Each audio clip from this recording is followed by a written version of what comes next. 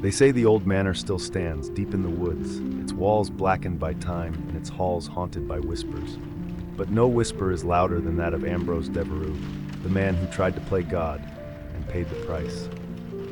This happened in the year 1534, in a time when science and sorcery blurred, and men of ambition feared neither heaven nor hell. Ambrose was one such man, once a respected scholar in France, later cast out for his dark experiments. He had an obsession, you see, an obsession with life itself. The idea that death could be defied, that flesh could be woven back together, that the soul could be forced to remain. But to create life, he first had to destroy it. And so, one by one, his lovers disappeared. The first was Isabeau, a noblewoman with a mind as sharp as her wit.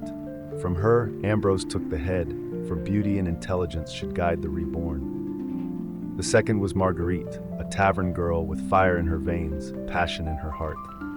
From her, he took the torso, believing a strong heart would beat longer. The third was Genevieve, a delicate and graceful dancer. Her arms were chosen, for hands that once moved like poetry would surely move again. The fourth was Catherine, a farm girl with the strongest legs he had ever seen. She could run like the wind, and so he stole her legs, believing they would carry his creation forward. With surgical precision far beyond his time, Ambrose stitched them together.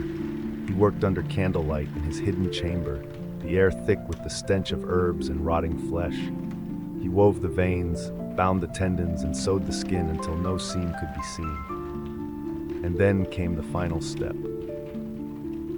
Ambrose had studied ancient texts, writings from the Greeks, the Arabs, and even stolen whispers of alchemists burned at the stake. He knew that lightning was the fire of the gods, a force that could bring life as well as death.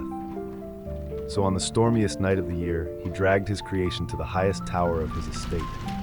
He raised a metal rod into the sky, and as the heavens howled, the air crackled with fury.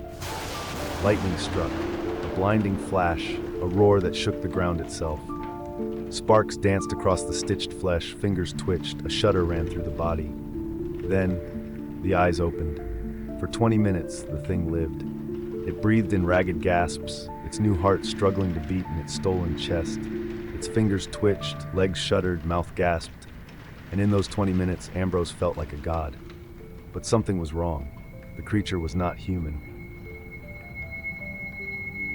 It moaned in pain, its limbs jerking erratically, its lips forming no words, only agony. The heart began to fail, the stitches tore, and the thing that had been 4 women collapsed, blood spilling onto the cold stone floor. With one final rattling breath, it died again. Mad with grief, Ambrose tried again and again, stealing more women, more flesh, more life. But each time, his creations lived for only minutes before death claimed them once more. His crimes did not go unnoticed. One night, the villagers came with torches, their fury unrelenting. They stormed the manor, dragging Ambrose to the very tower where he had played his deadly game. There, under a sky filled with storm clouds, they hanged him from the very rod he had used to summon lightning. His last words, "She will come back for me, I know it." And perhaps he was right.